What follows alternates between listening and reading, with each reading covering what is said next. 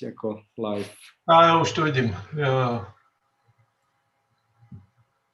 Jo, tak já tam budem dvakrát, tak to nevadí, bude to také haluzné.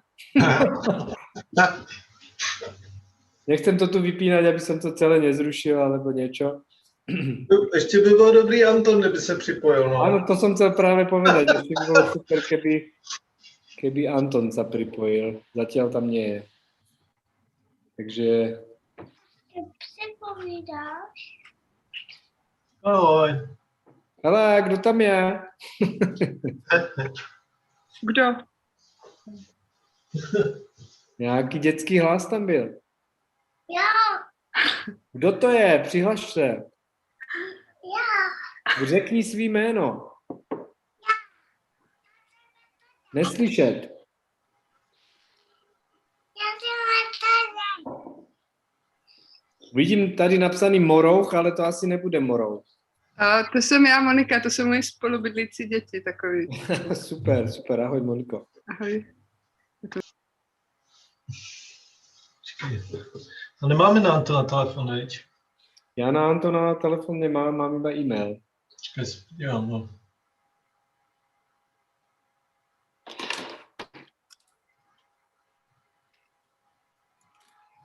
No. Tak a napíšeš mu, Tomáši, možná? No ano, idem mu rýchlo napísať, že kde je.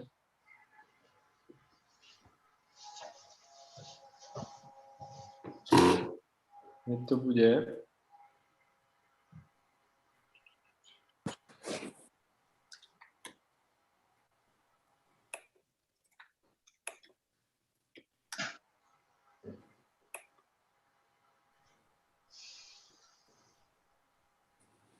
Napísal som mu, tak snad sa proste prihlási. A Anton už je.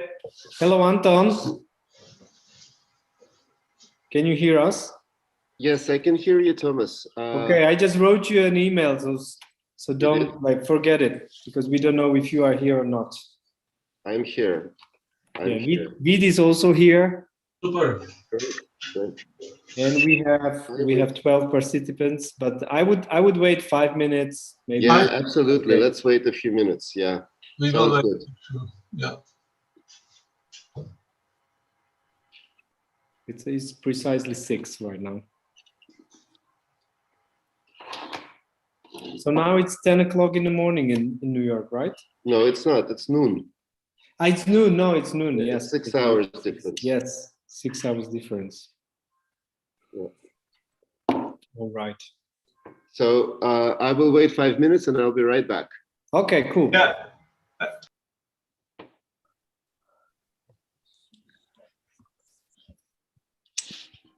Ja som si vzal aj tričko ako speciálne ako k tomu.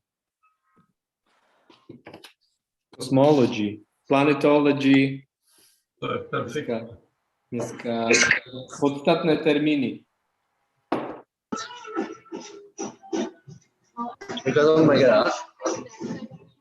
Viac a viac ľudí sa prihlasuje. Ale není to moc dobrý. Možná, oni by bylo lepší, kdyby šli na ten YouTube možná, ale... By bolo lepší? Proč? No, kvůli těm hlukům, víš, že vlastně pak lidi to, jakože si musí... Ja ich dám mute, neboj sa, ja ich dám mute. Pak je dáme, aby to nebylo, že ono pak je blbý přenos.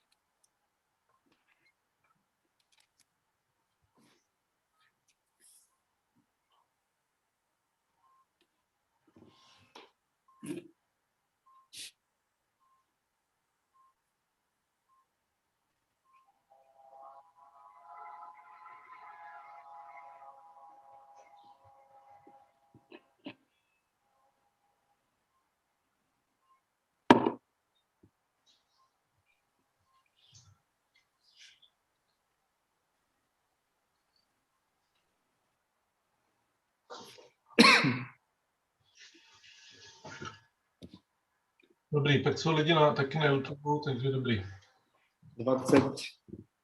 23 lidí máme, no. Tak to už bychom měli plný Šaloun.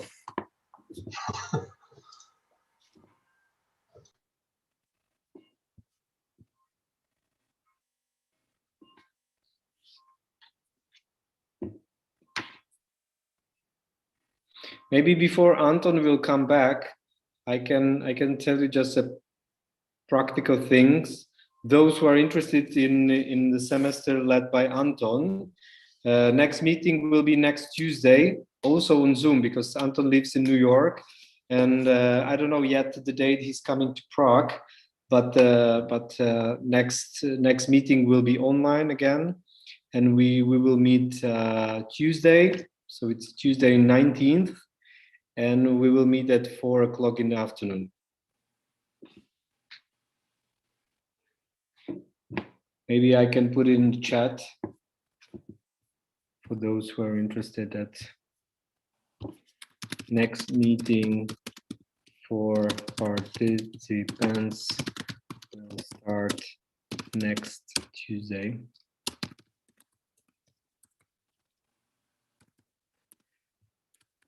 I think from 4 p.m. Until then, you should apply at the student department or directly to me.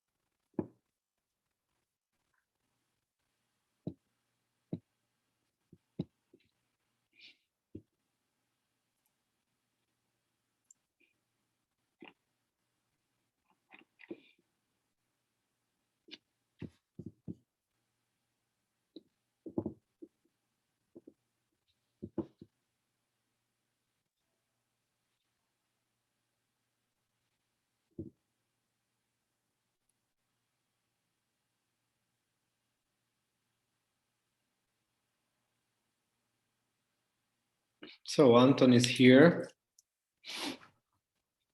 Hello. I hear you. Let's wait for Vít now. Yes. Vít is gone. Let's wait a couple of minutes. I just said to our audience, because maybe there are some our students there, the next meeting will be next Tuesday from 4 p.m. That means at 10 o'clock in New York on Zoom. Wow, Thomas, you appeared twice. You have yes, because I had problem with the computer, so I'm connected on both. I see. Yeah, so sorry. Wait a second. He wants to increase his impact, Tomáš, so he's doubled. And I have a short introduction, Anton, of 5 minutes of you. Yeah, of course.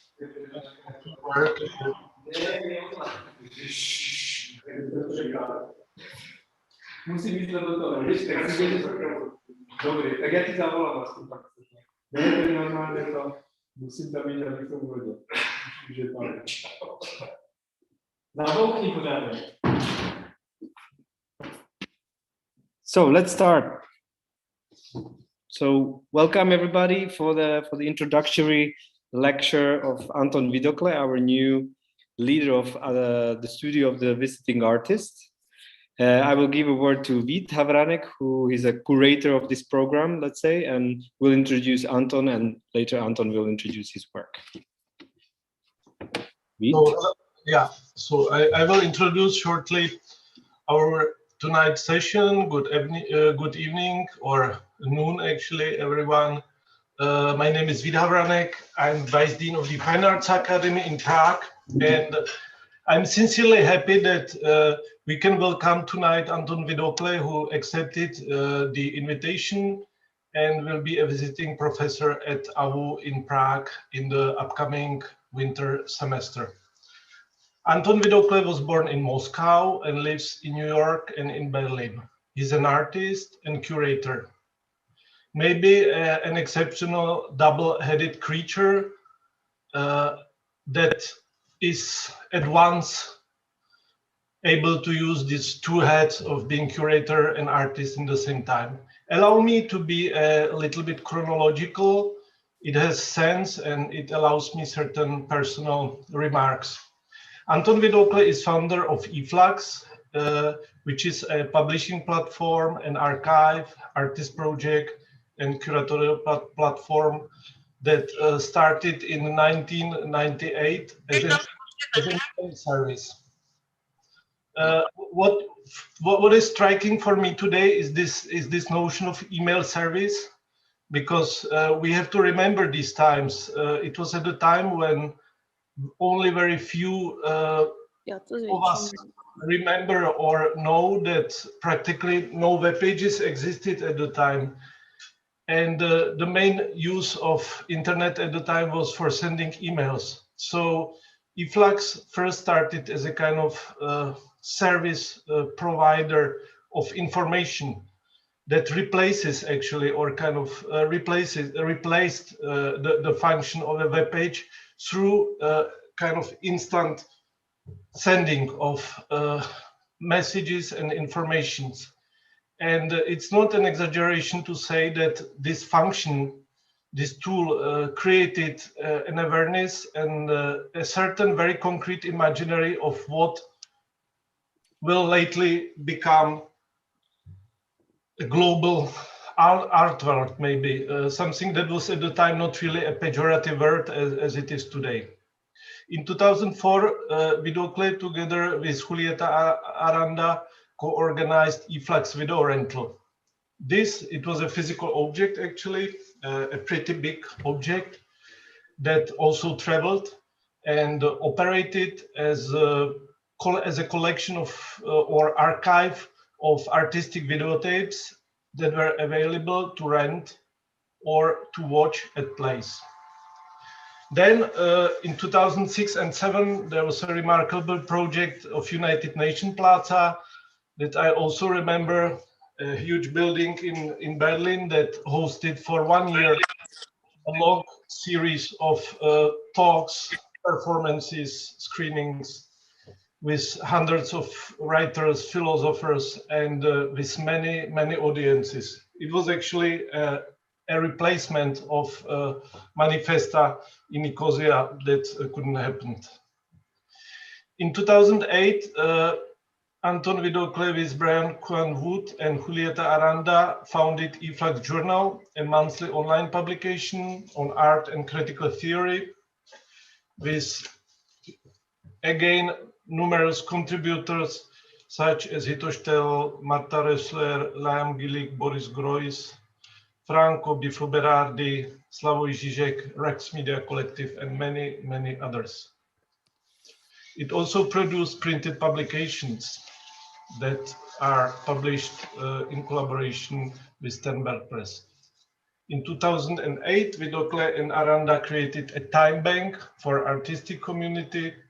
The time bank is a platform where artists, curators, writers, and others can help each other to get things done without use of money, but exchanging their time and skills. Then eFlux Gallery was founded that organized many, mainly monographic exhibitions in New York City. And the latest projects, maybe Anton will talk about it, right? Is a screening project. You have a physical space, is it right? Physical space of screening. We're about to open, yeah, kind of a small cinema. Yeah. Small cinema space in New York. And well, just let me make one personal remark. I first encountered eFlux in 2001 while Hans-Ulrich Holbrist visited Prague, and he was desperately searching for email connection, and that was not available in the hotel. I didn't have it really, a proper one, so we had to go to kind of most expensive hotel in Prague, in Hilton. and he tried to connect with his computer, but it was not really possible. And he first told me about this kind of miraculous efflux sending machine and idea. So when I went actually through all these efflux activities, I realized that for me, but apparently not only for me, it created a whole generation, because I encounter it as really as beginner in the art world. And what connects maybe these people that are binded to very different localities, different cultures and different histories, was interest in what is happening elsewhere. And there was only one condition to access it. And this condition was internet access. That today seems to be a crucial, of course, issue. But you kind of marked also the development of internet from the beginning, I would say, and the use of internet in the art world. Beside of it, of course, Anton Vidokle is an artist, film author that created numerous film works. I will quote only a few of them. A Crime Against Art from 2008, directed by Hila Pelek. Guiding Light, co-authored with Liam Gillick. New York Conversations from 2011, and Two Sons from 2012 that you created with Hu Fang from Vitamin. Most recently, Anton Vidokle authored longer trilogy of films titled Immortality for All, a film trilogy on Russian Cosmism that you subsequently produced in the years from 2014 till 2017 and was premiered at Locarno Film Festival in 2017. The trilogy will be most recently. So the trilogy was a central work in the exhibition Art Without Death, Russian Cosmism at Haus der Kulturen der Welt in Berlin. That was accompanied by a symposium that is also available online. Your films have been presented at Documenta 13, 56 Venice Biennial, Bergen Assembly, Shanghai Biennial, Guangzhou Biennial, Centre Pompidou, Tate Modern, Garage Museum, Istanbul Biennial, HKW, Tenstakonshal, Stedelijk Museum, and many, many other museums. Now I'm very happy to hand over the mic to Anton. First, I would like to thank of the organization of your Prague stay to Haley Ayres, who is your assistant and colleague, and I would like to thank also to Tomáš Jaroň, my colleague from Šaloun Visiting Artist Studio. And last but not least, we should invite all people to attend online program of your semester, and this I would let to you. I will not name all the guests you have invited, but this would be also important to make announcement of this. So Anton, thank you, and you can tell us about your work and plans for the semester for teaching that you will have in Prague. Thank you so much, Vit, and thank you for this very thorough introduction.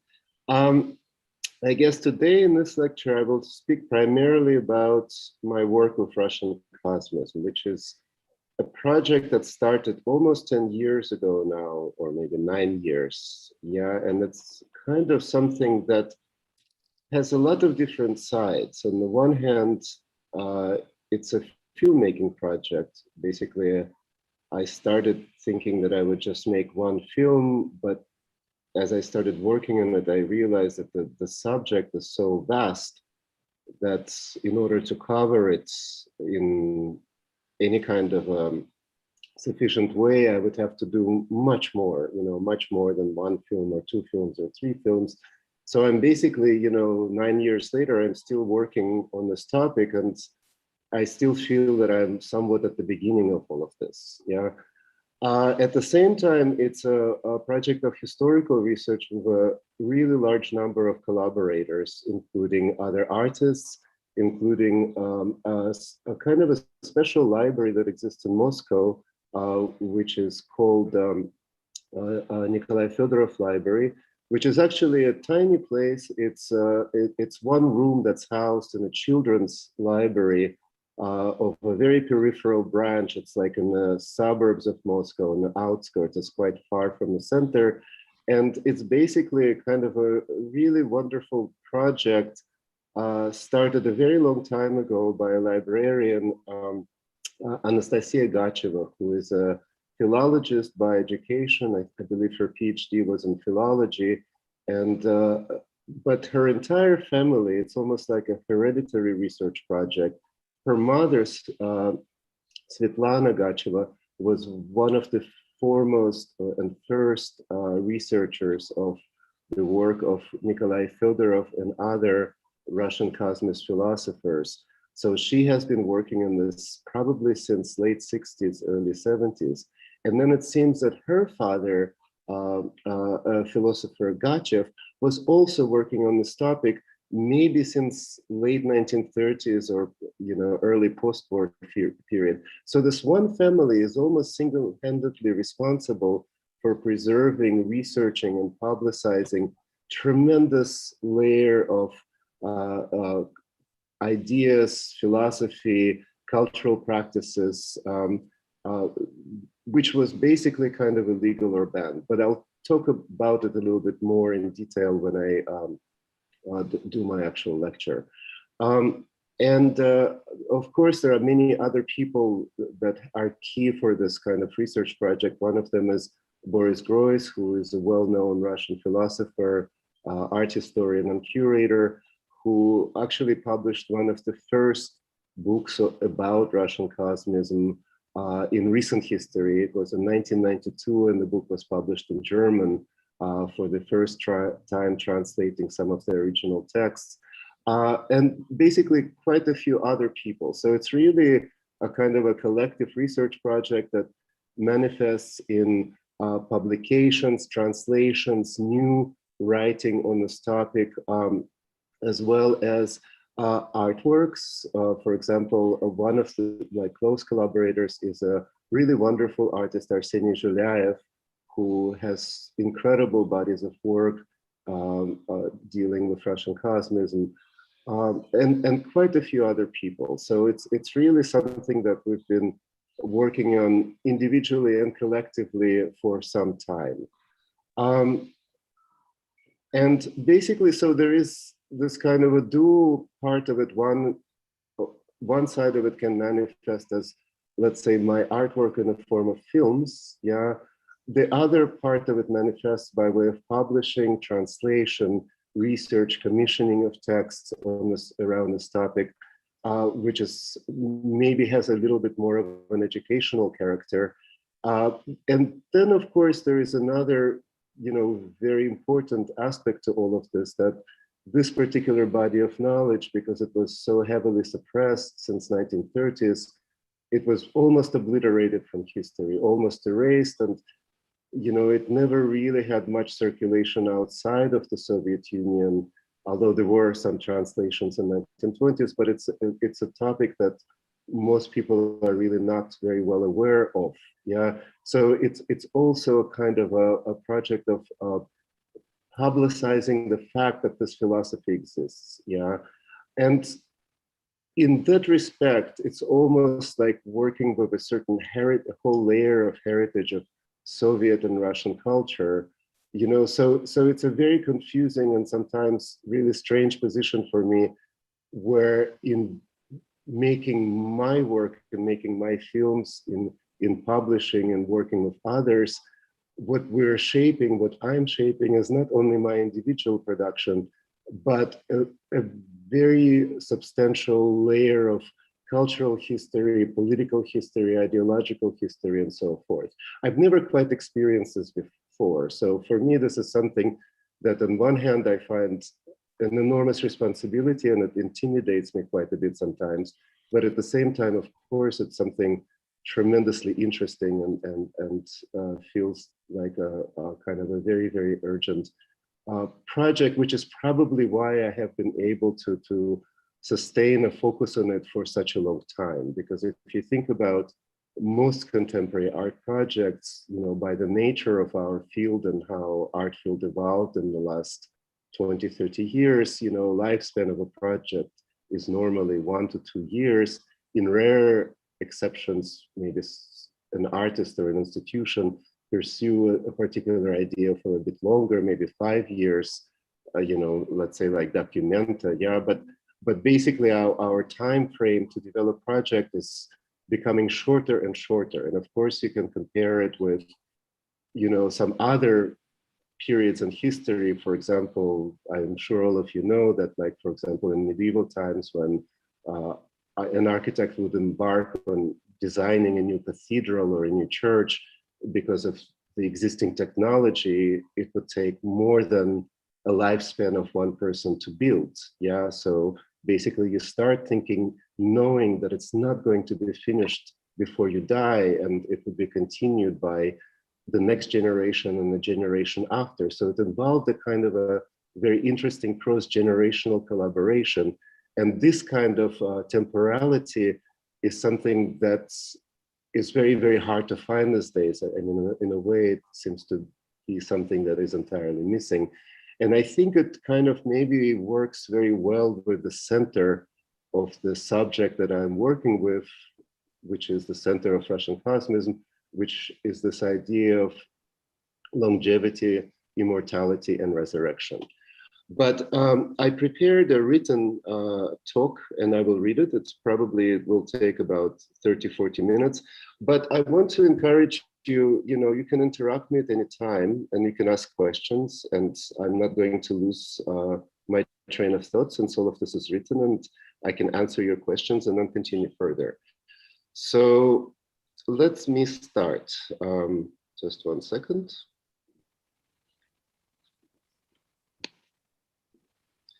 Okay.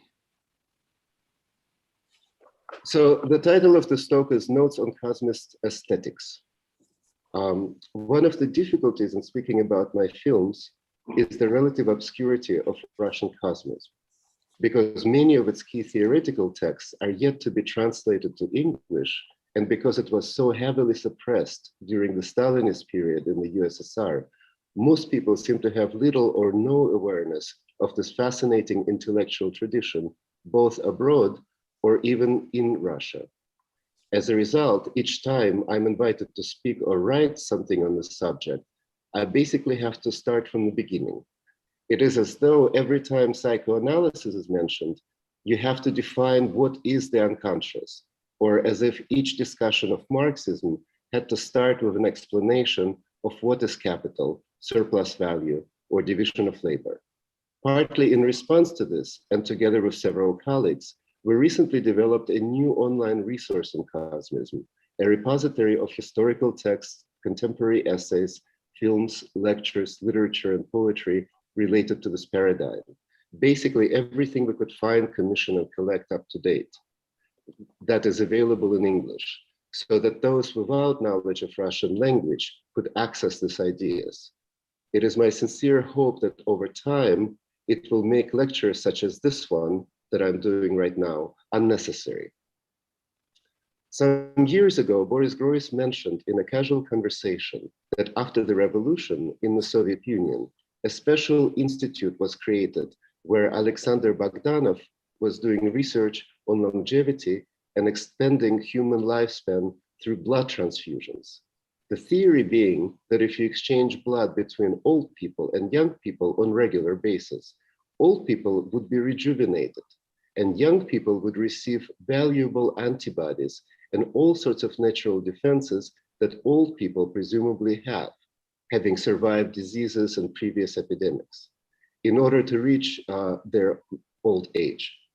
Boris also told me that apparently sculptures by Kazimir Malevich from around the same time, and this is mid-1920s, are not architectural models for futuristic looking buildings on Earth, but are actually models for orbiting cemeteries. This sounded really incredible to me, like a science fiction story or a plot for a futuristic movie.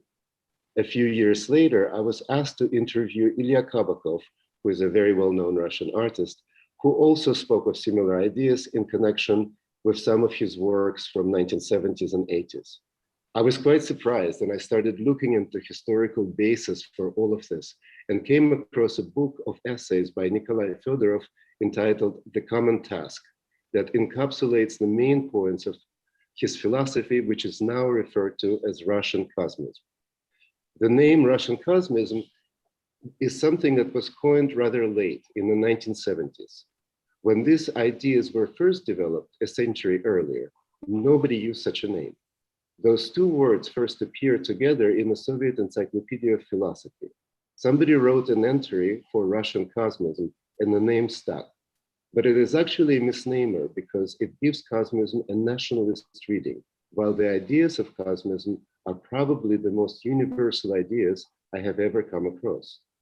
Cosmism has bigger ambitions than nationalism when it speaks of immortality, resurrection, and space travel. It is for everyone who has ever lived on Earth. In a sense, resurrection is meant not only for humans, but for all living organisms, as all life deserves to be eternal. A concept cannot get much broader than that.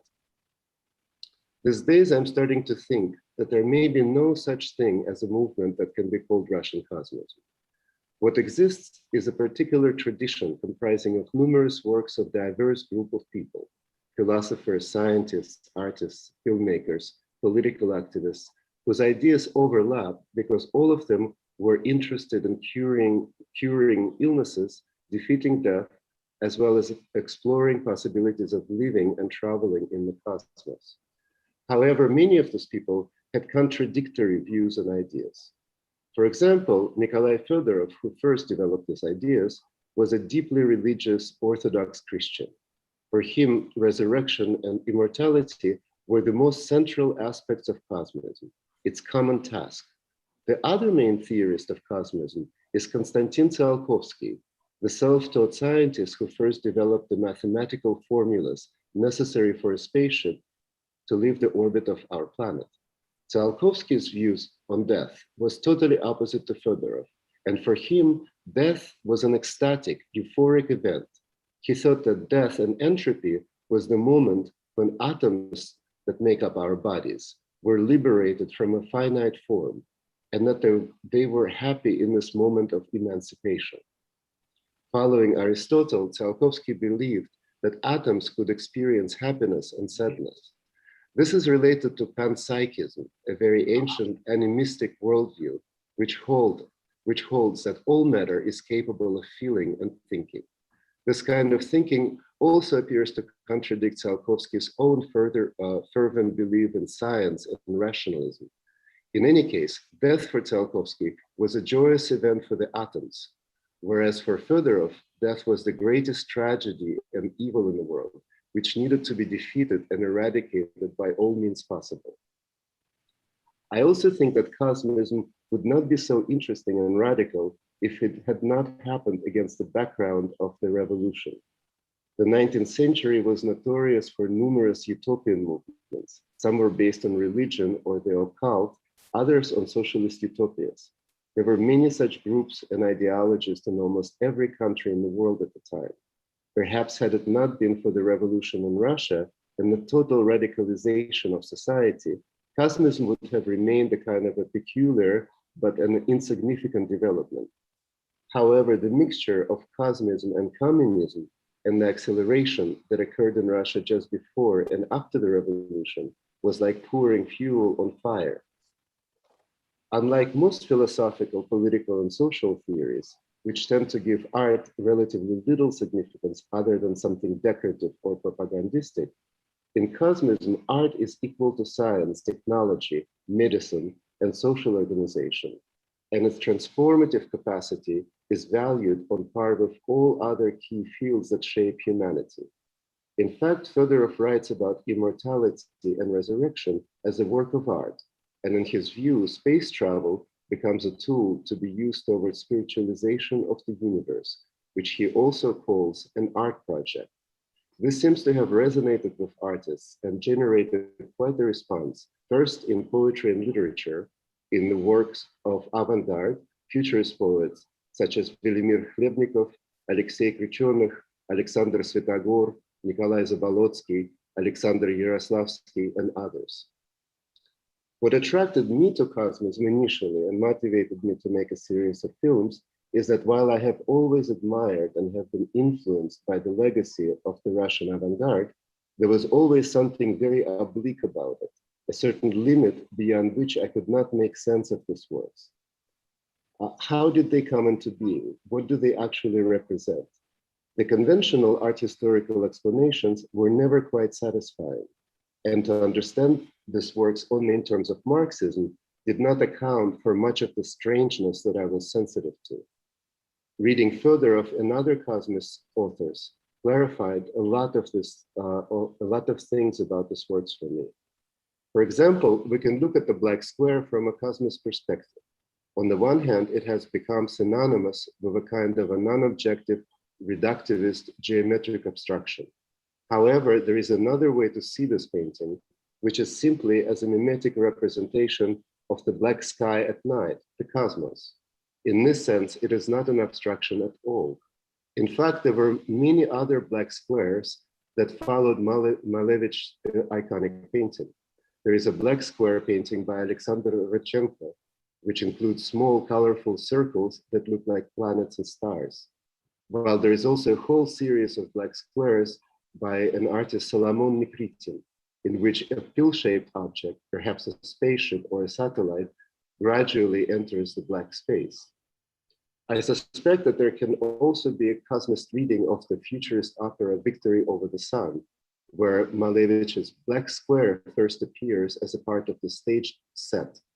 What is implied by this work, if not literally spelled out, is that victory over the order of nature, represented by the sun, also heralds a future victory over death. Tatlin's favorite Tower of the Third International is angled parallel to the planetary tilt of our planet. Various Soviet architects from this period used new proportions to design buildings which were based on distances from Earth to the Moon and to other planets in the solar system, as an attempt to bring terrestrial structures into a greater harmony with the cosmos. By the way, the word cosmos means harmony, not space, and it also means beauty, like in cosmetics. There is a passage in Malevich's writing where he speaks of suprematist compositions as satellites, anticipating the Sputnik, which was launched in 1957. The suprematist machine, and this is a quote from Malevich, the suprematist machine, if it can be put that way, will be a single purpose and have no attachment. A bar alloyed with all the elements, like the earthly sphere, it will bear the life of perfections, so that each constructed suprematist body will be included in nature's natural organization and will form a new Sputnik. It is merely a matter of finding the relationship between the two bodies racing in space. A new Sputnik can be built between Earth and Moon, a suprematist Sputnik equipped with all the elements that move in an orbit, forming its own new path. It's really fascinating, but actually Malevich wrote this in 1920, so it's so strange how he anticipates what actually happens in history of science 30 years later. So Malevich's architectons, the sculptural works that I was referring to that he was making around 1923, are supposed to be designs or prototypes for space stations that would orbit Earth containing bodies of the dead, preserved at zero gravity in the coldness of outer space for eventual resurrection. Because so few people know about cosmism, I felt that I needed to do something to share these ideas. At first, I thought about curating a show, publishing a book, or organizing symposia. However, I was worried that an academic, historicist approach would flatten all this incredibly imaginative content. Therefore, I tried to present some of these ideas in a short play, which was not very good, but the script worked much better for an essay film. Curiously, I didn't focus much on art and the avant-garde in the trilogy, only a little bit in the third film, which was partly shot at the Tretyakov Gallery. I also did not focus very much on the space program either. I think what really touched me once I got more familiar with cosmism are the ideas themselves. So the films are more about ideas than about objects or artifacts. Cosmist aesthetics are really peculiar. For one thing, in Fedorov's writing, there are many different definitions of art. And he writes about art all the time. It's really unusual. As I mentioned above, for Fedorov, immortality was art, and the labor of resurrection was the work of art. There is an overlap with Marxism, the belief in the transformative, nearly alchemical power of human labor, of work, to produce something that is greater than the sum of the parts, in this case, a return of life. At the same time, Fedorov speaks of temples as works of art because they're inherently interdisciplinary and combine architecture, painted representations, sculpture, musics, and the words of liturgy, like a Gesamtkunstwerk. According to his thinking, temples are linked with museums and observatories because these are all places where memories are preserved. This is because documents, manuscripts, and images, which are memories, were kept in temples and monasteries, as were the remains of the ancestors. Museums also preserve human and animal remains, so temples and museums are also cemeteries. Ancient temples often contained astronomical observatories, for example, in Mesopotamia or in Mesoamerica. Therefore, for Fedorov, all of these were one institution that was also a work of art, which should be radicalized so as to produce art in the form of returning of life. Astronomical observatories are also important because the horizon of cosmism does not stop with achieving immortality. It also calls for the totality of the universe to become one, unified, interconnected, immortal, and conscious organism, like the sapient ocean in Stanislav Lem's Solaris, but much bigger, an organism which includes all that exists. This is to be constructed by the labor of immortal humans who will have all eternity, all the resources of the cosmos, and the technology of space travel to teach all the dead matter that comprises the bulk of the universe how to become conscious, to feel, and to think. Knowledge of astronomy is essential not only for space travel and navigation, but also in the sense that the act of looking at the stars should not be merely passive gazing, but should produce regulation or harmonization of the universe, like a manifestation of the spooky action of distance, which is a phenomenon by which one particle can effectively know something about another particle instantaneously, even if these two particles are separated by a great distance. There is no substance which can take the form of a living being. The simplest being is the atom. Therefore, the whole universe is alive, and there is nothing in it but life. This was written by Zelkowski in a monograph entitled The Monism of the Universe from 1931. So despite their profound difference in their relationship to death, both Zelkowski and Fedorov imagine a living, sentient cosmos. While this was largely a scientifically inspired insight for Zelkowski, for Fedorov, it was an art project. On the other side of the aesthetics of cosmism are concerned with healthcare and medicine. In fact, many of the people involved were either medical doctors or scientists working on research that had biomedical implications, like Alexander Bogdanov and his experimental blood transfusion, or Alexander Czyżewski and his research into the ionization of air.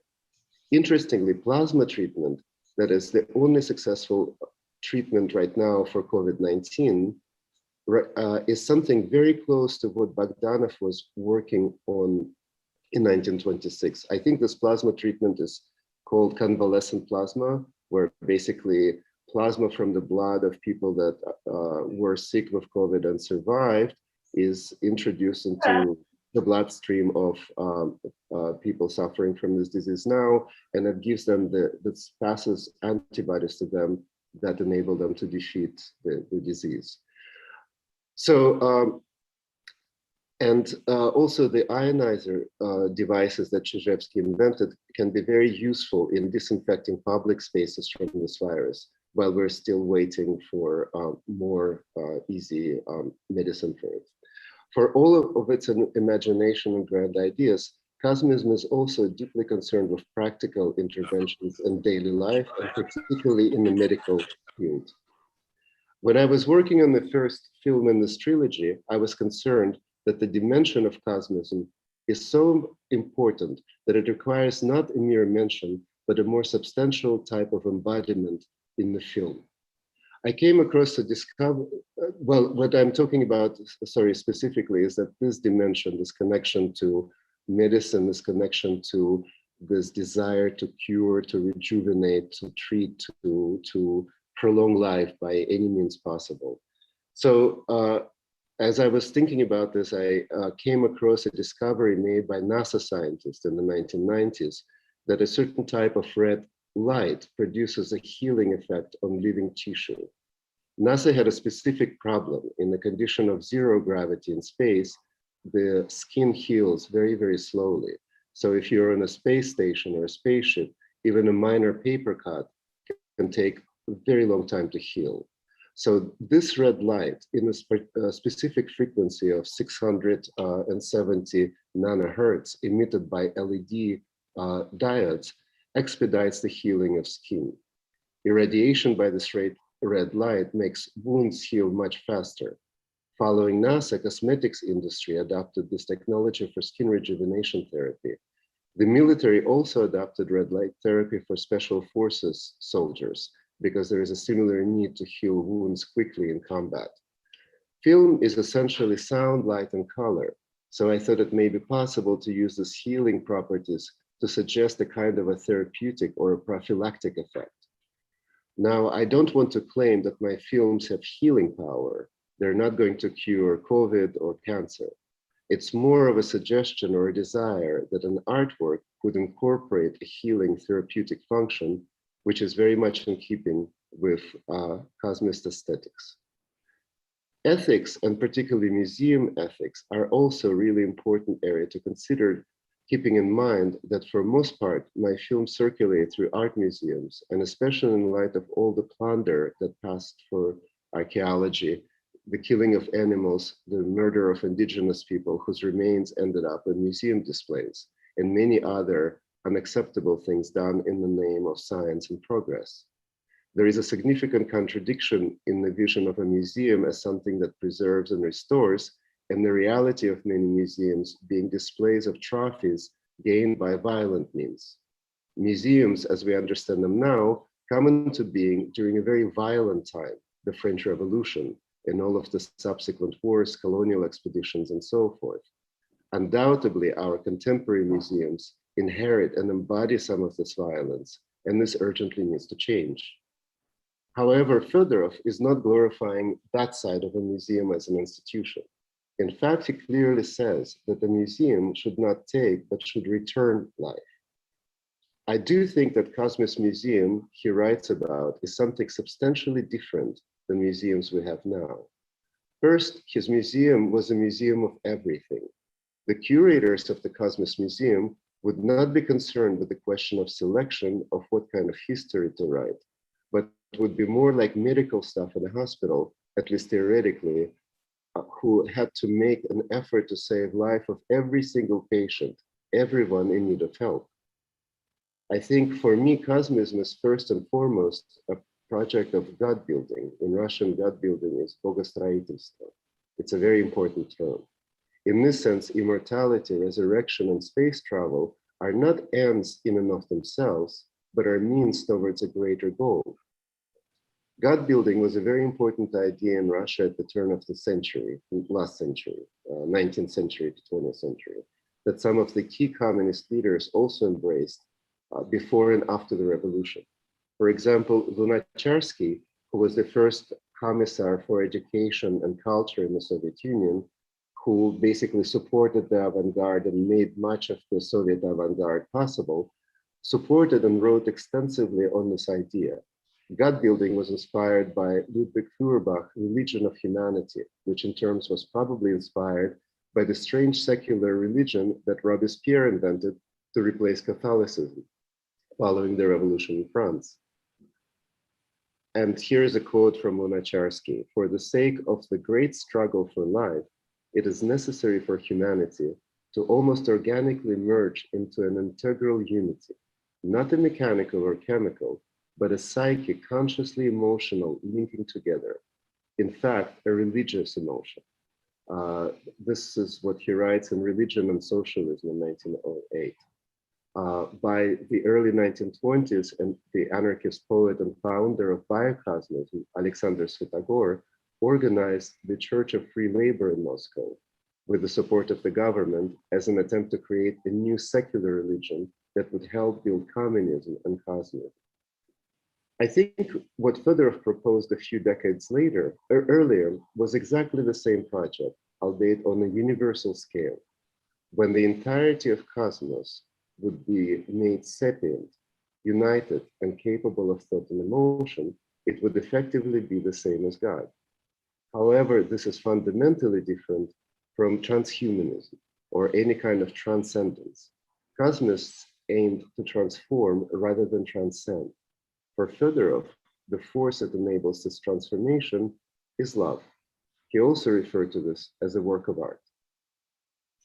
So, this is my prepared talk, and I'm happy to take questions, answer any questions you may have, and talk about this a little bit more informally, if you want.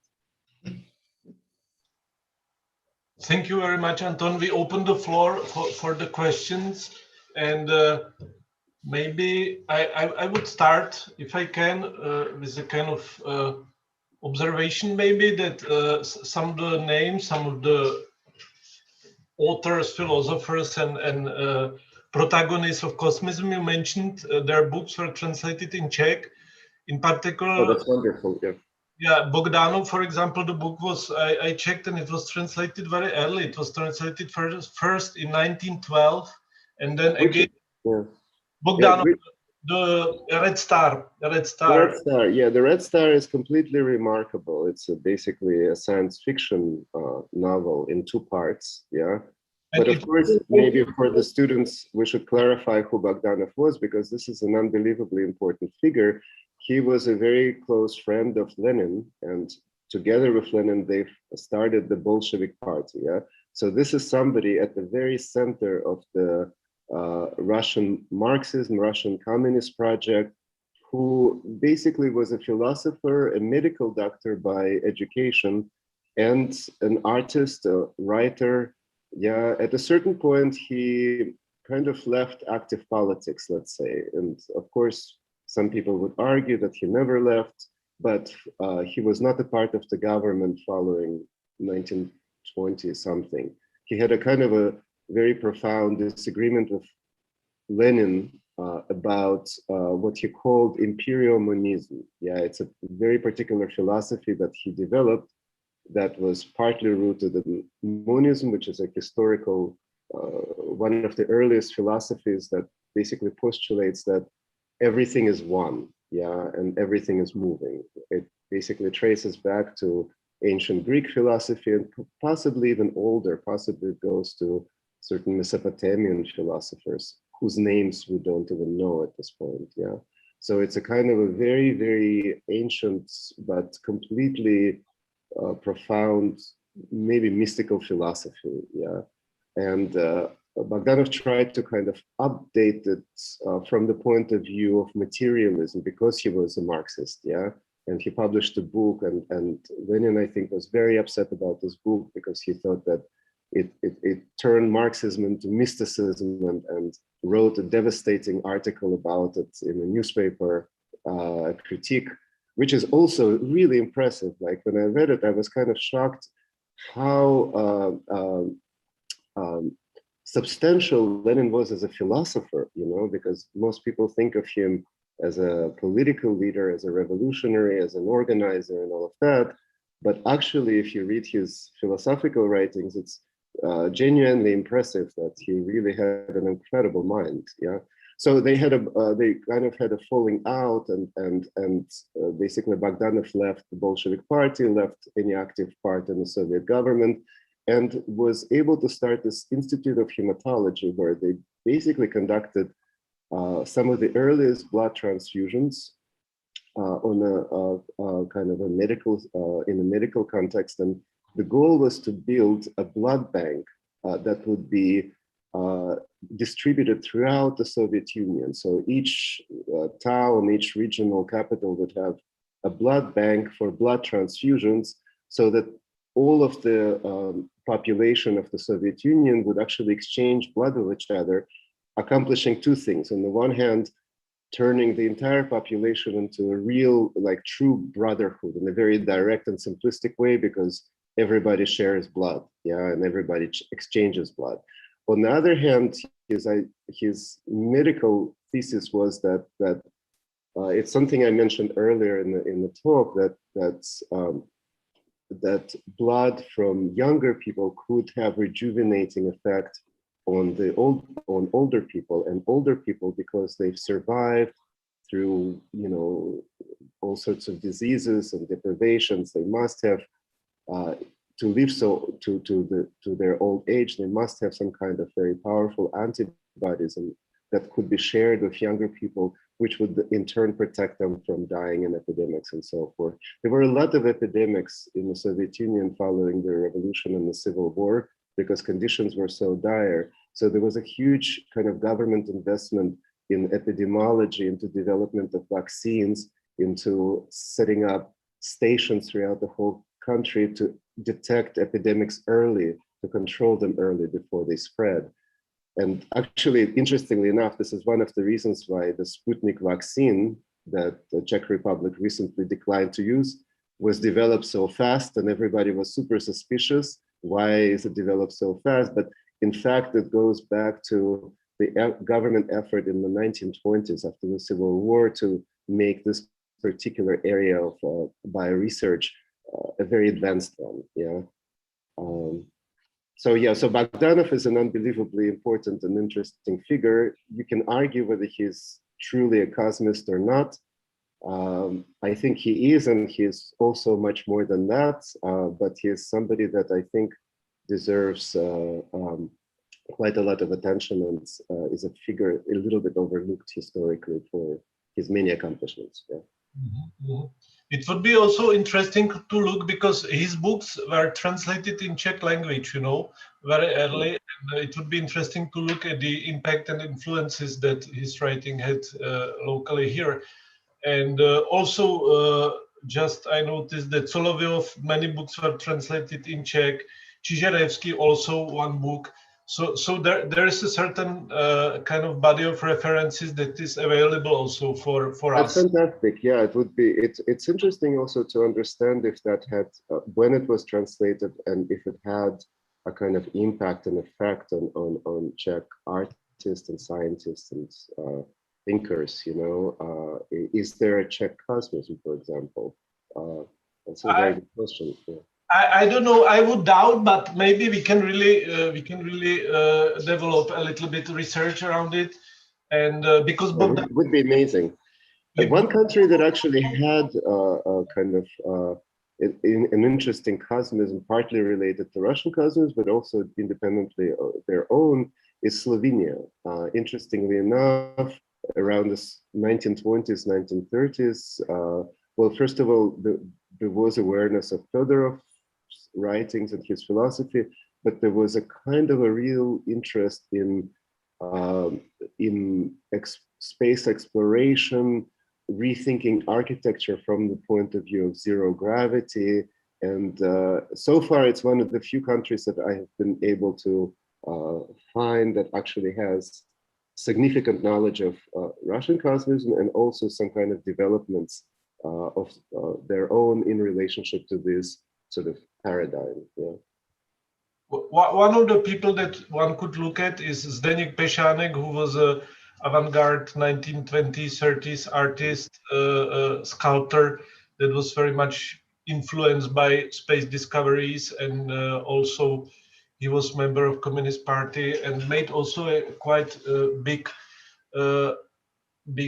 public works related to discoveries of space, and he made also a big project about Sputnik in 1957. Mm-hmm. You can follow this trace from 1930s until 1950s and 60s. Yeah. So yes, dear colleagues, if you have questions, remarks, please, you are very welcome.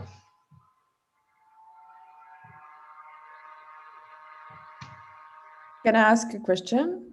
Of course. Sure. Yeah, it's slightly a private one, but I was really curious. Last year, I studied a lot materials from the Institute of Cosmos, and I studied your works. And all the time, I was curious about how your role in it, or like how do you really believe in cosmism, or you're like archiving things? So if I can ask this kind of question. Well, you know, it's not a religion. So it's the question whether I believe, the question of belief is like a, I don't know how to answer that. Do I want to be immortal? No, but I would prefer that my mother doesn't die. That would be so nice if she was around and we could always meet and talk and have tea and cake together. You know, do I want people that I love to die? Do I want my dog to die? This is my biggest trauma because dogs have such a short lifespan and I love her, you know, but she has only like maybe 5, 8 more years probably. So it would be like incredible if we could be together longer, you know. And I think, you know, it's also quite interesting, you know, what is actually happening in science and technology, because I don't think like, because immortality is such an important concept, or resurrection in religion, and particularly in Christianity, I mean, this is like the center of the whole thing. It is always presented as a miracle, as a proof of God, or yeah, it's a miraculous event. But I tend to look at it in a much more like maybe boring everyday way that like, I mean, look what is actually happening. People's lifespans have been increasing since medieval time. It almost doubled. So we live longer and longer. Of course, there are setbacks, there are like new epidemics, there are wars, right? But if you look at the overall arch, it seems that the direction is that we're basically living longer and longer, yeah?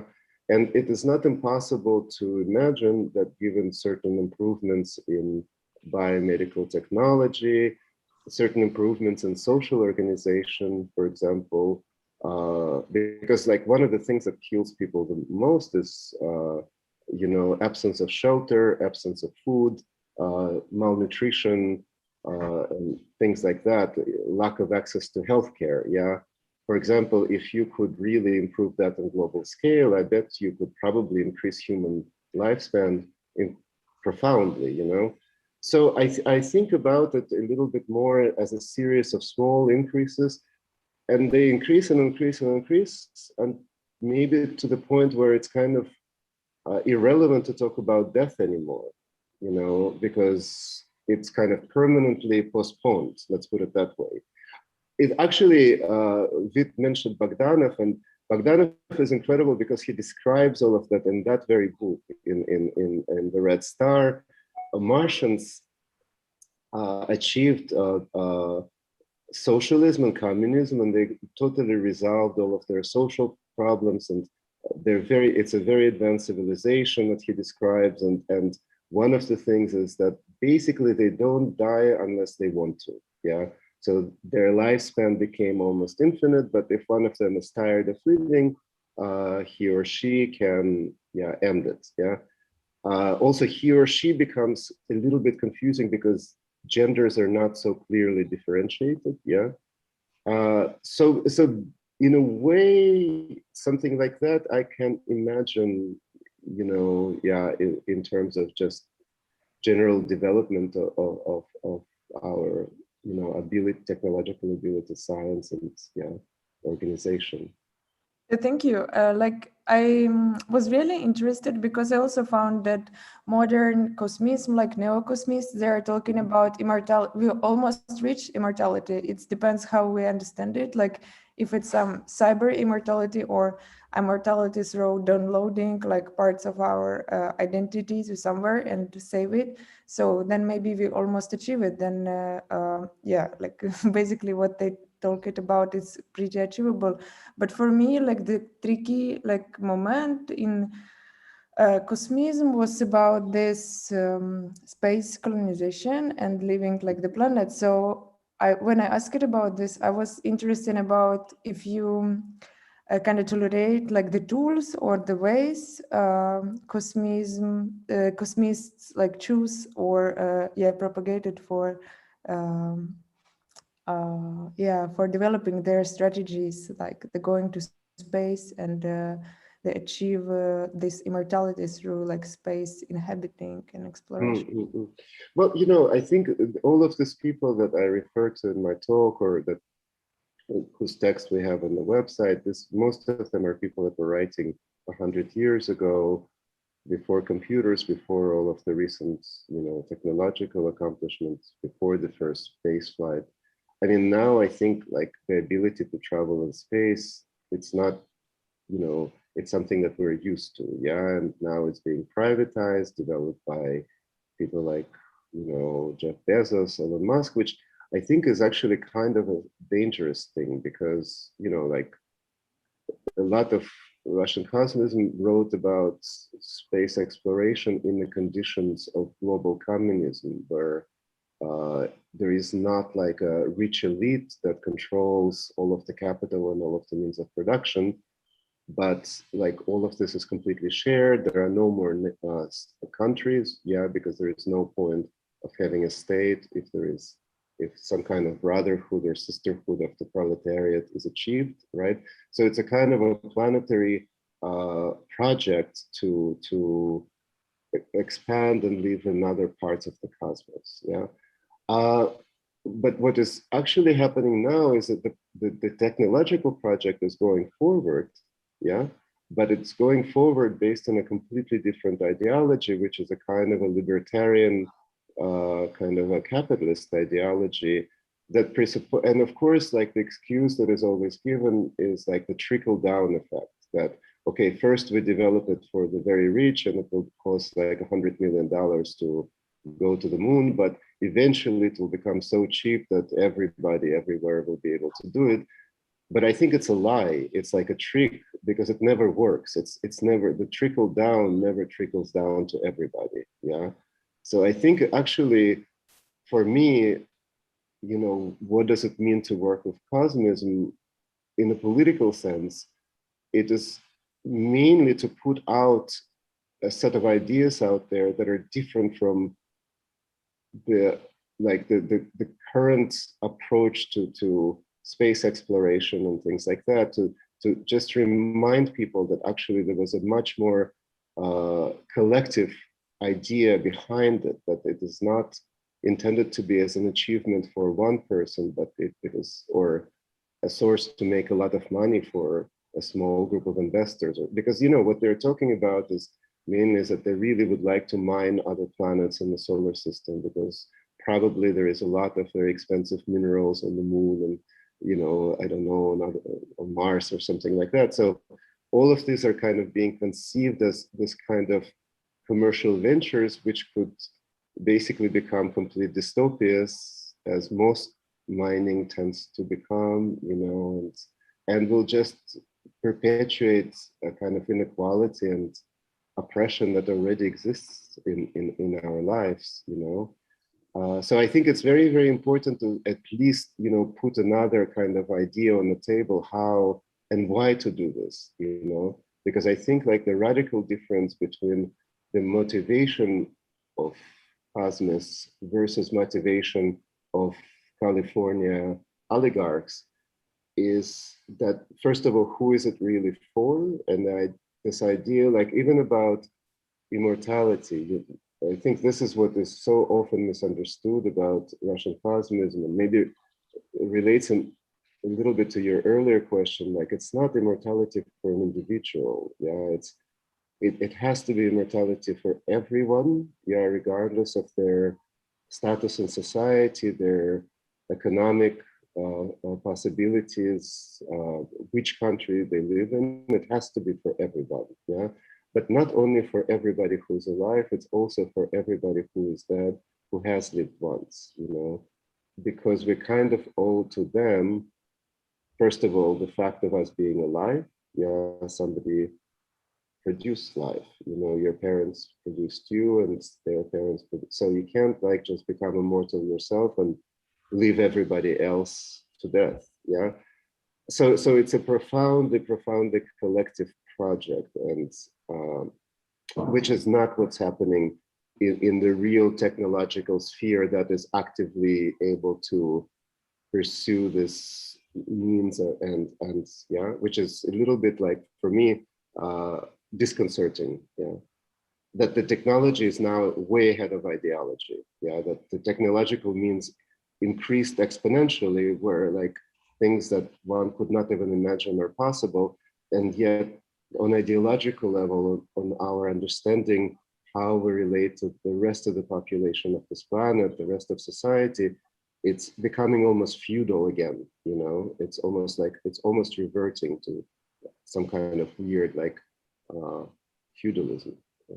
In relation to this cosmic feudalism you mentioned now, I was really interested about legal aspect of cosmical discoveries, you know, and when you search really deeply, there is no consensus, non-legal material about actually, because we speak about colonies on Mars also, even this terminology is used, like colonization of the space, colonies on the planet, and but when you search, there is no non-existing any legal material about which country, how people operate in cosmos. And then there's only one chart that is signed by UNESCO, which is United Nations actually, which is kind of very general talk about the way that it should not be nationalized, but there is no legal, you know, binding that actually countries cannot. It's interesting, yes. Some countries are now jumping ahead and trying to introduce legislations, like, for example,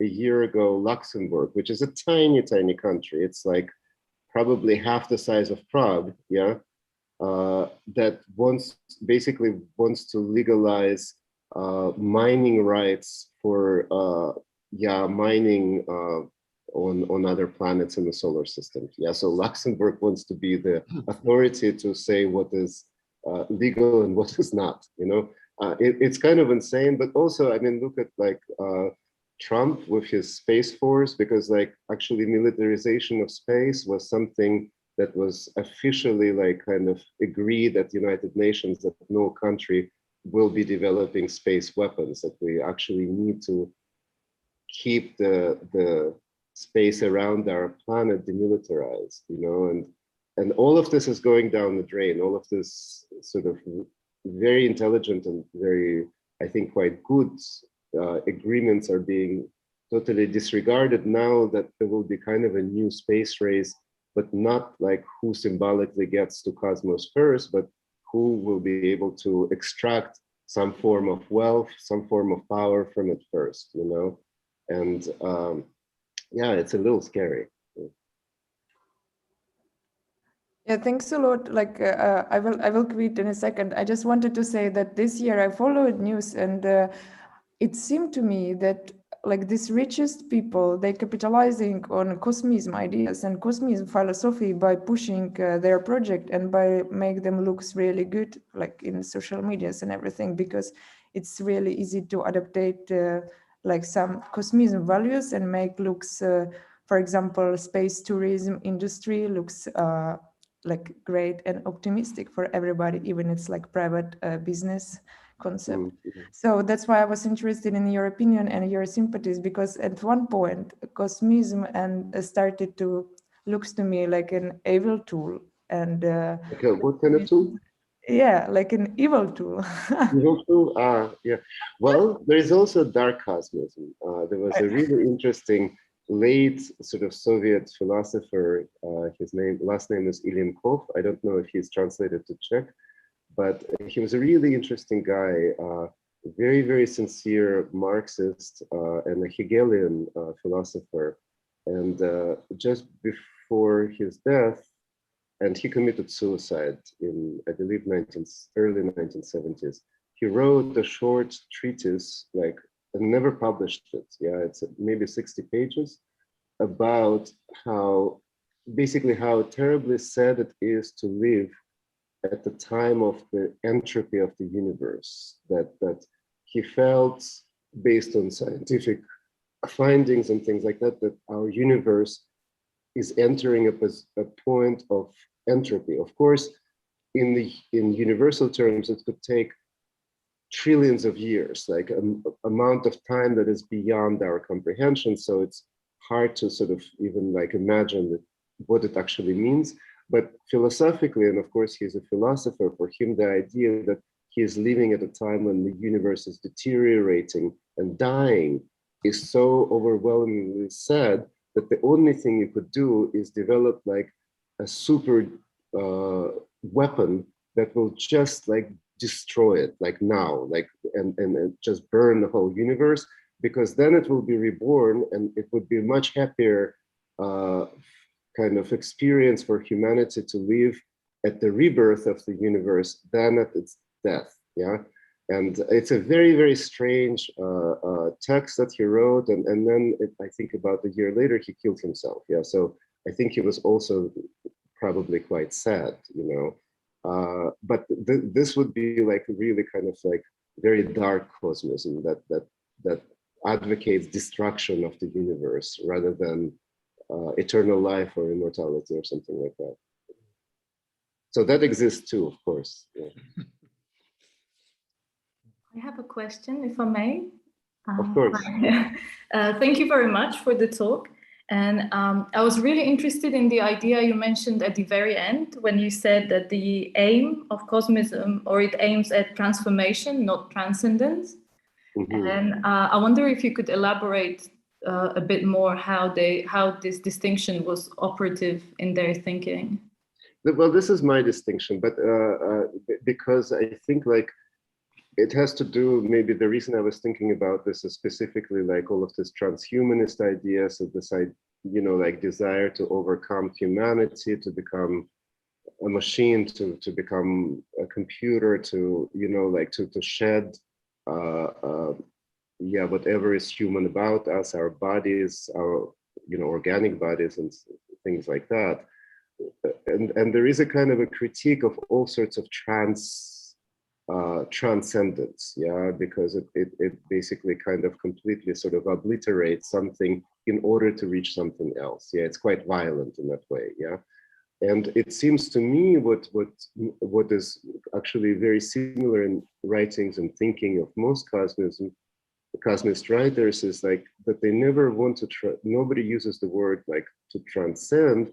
They want to reshape, they want to transform through small incremental changes to evolve, yeah, which is a very, very different approach. It's sort of like, let's say if I have a house and I want to change it, I could demolish it and build something new, or I can do a million of small changes, small improvements, and eventually it will become something else, maybe closer to the space I want to inhabit. Yeah, so this is closer to their approach in a way, in terms of transforming society, transforming human relations, transforming gender relations, transforming culture, language, you know, everything. Yeah. Does this make sense? Yes, it just because you also mentioned that some of them were interested in resurrection, so that so how would that play with the idea of resurrection? Yeah, totally. Like, okay, the religious idea of resurrection is there is this one moment, the omega of time or whatever it is called in the Bible, where all of the dead are brought back to life instantaneously. Yeah, and then they're judged by Jesus, and Jesus determines who gets to live in heaven and who is eternally condemned to hell. Yeah, and this is like a kind of a totalizing moment of you know, everybody was dead and the next second they're all alive again. The way cosmists, specifically Fedorov, who writes the most about resurrection, this is like his central topic, it's something about generational labor. It's like basically children resurrect their parents and parents resurrect their parents and so forth and so on until the first humans who ever lived, and he actually estimated that maybe this process will take around 7,000 years. I don't know how he arrived at that particular number, but it's a very slow process and it's a lot of work. He constantly stresses the fact that everybody works super, super hard. So you have this society where people are immortal, but they're not wasting their immortality on idleness or some kind of sensual pleasures, but they're all like working. It's like a collective farm or something, and what they're producing, their production is resurrection. Yeah. And some of them maybe think about it as a work of art, other ones think about it as a scientific project, yet other ones may think about it as some kind of historical research, but it's that kind of, that's how I imagine it, at least. Yeah. Again, this is very subjective. Great, thank you. It's a lovely idea. Like incremental resurrection. Because there are a lot of problems, because if you resurrect everybody all at once, you know, like if you, I mean, it's, of course, it's a kind of a totally phantasmagorical idea, but like, for example, one thing that comes up is like the tension between different generations, when you, like, for example, have encounters between some kind of a medieval butcher from, I don't know, from Venice, from 13th century, and somebody from late 20th century, they, on the level of values, on the level of ethics and morality and their relationship to others, they just have such different expectations. This could be quite unpleasant and quite a lot of friction, you know? So like how do you gradually create this unified community of resurrected and immortal humans that include all, you know? How do you bring Hitler into it, for example, or how do, you know, that's, so one probably should not do it all at once, because this could produce an explosion of difference, yeah, and you know, animosity, antagonism, yeah. So like maybe phasing it in, yeah, is a good idea. Thank you.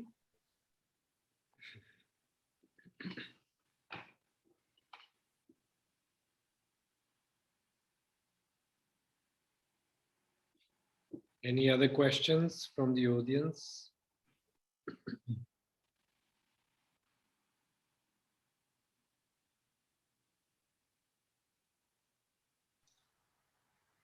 Maybe we should add one technical detail. Then the program of the guest program that Anton put on during his semester will be available for everyone, because it will be online, so you don't have to be actually part of the class, but it's something that people can attend regardless if they are students or not, right?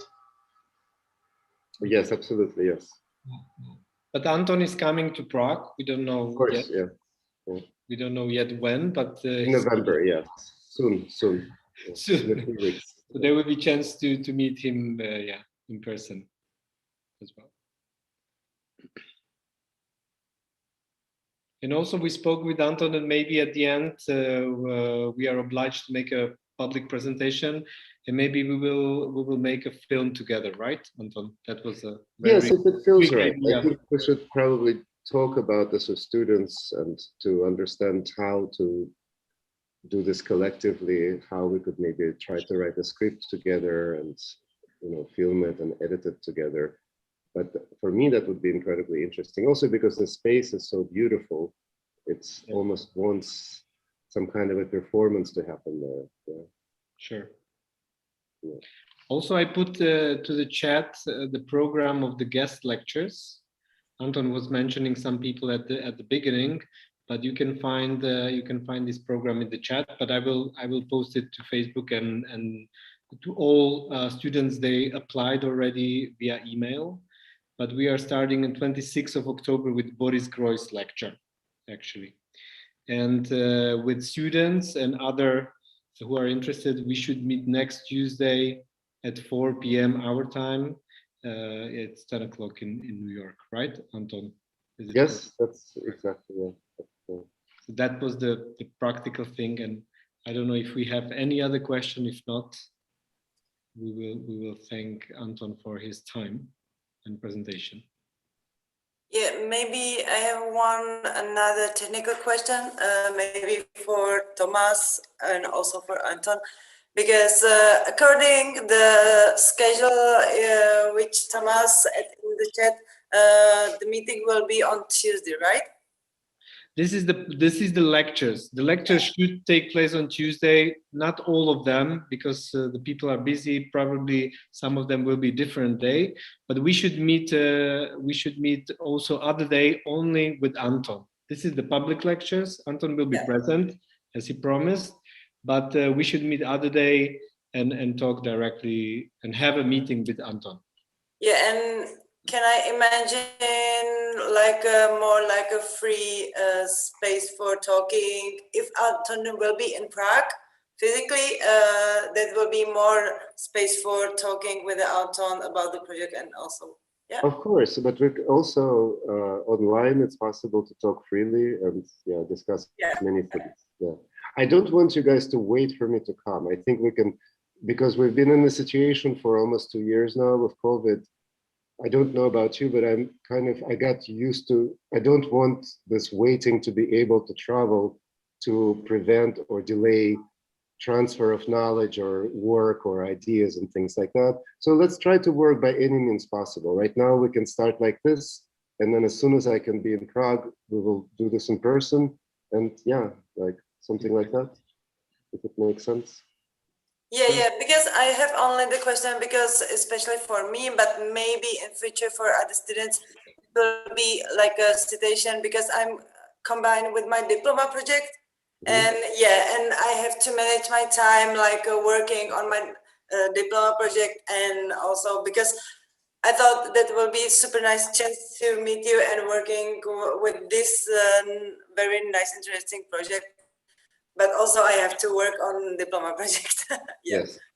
Yeah. Well, I hope I don't want to make it overwhelming, for people, but at the same time, I think it will require some time to read, to talk, to think, and some research. Yeah. Great, thanks.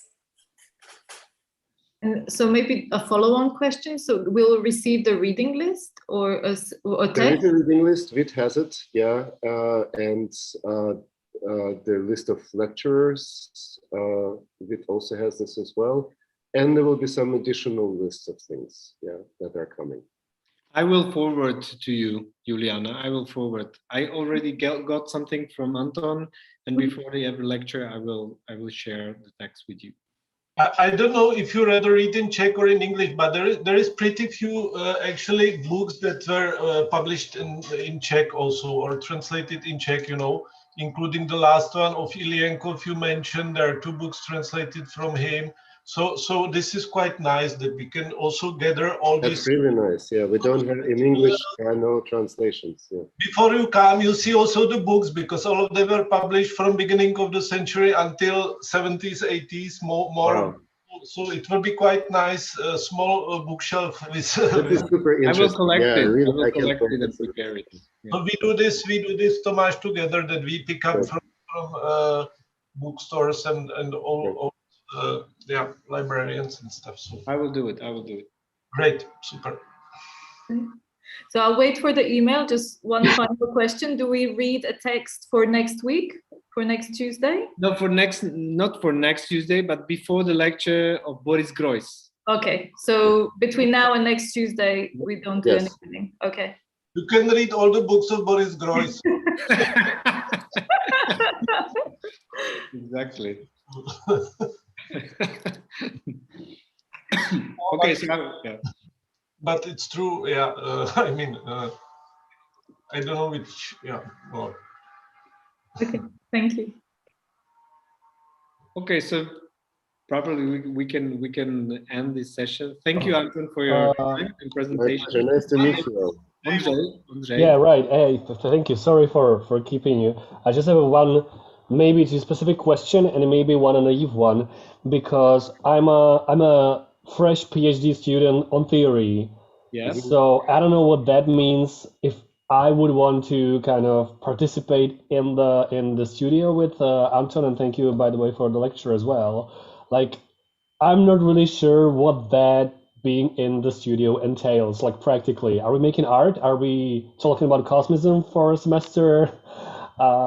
Because the website shows the information of the previous tenant, so I'm not so sure. I'm sorry, I'm kind of orienting myself at AVU for a week now, or for 2. I was thinking that we start by talking and reading, and then maybe we try to make a film together somehow. Yeah, you know, yeah. Since it's an art school, I think it's always good to include art practice into this. Yeah. Right. Yeah. Sure. So of course, you know, cosmism exists largely as a set of ideas, philosophy, theory, and so forth. So it's natural to it is about reading and discussion. Yeah.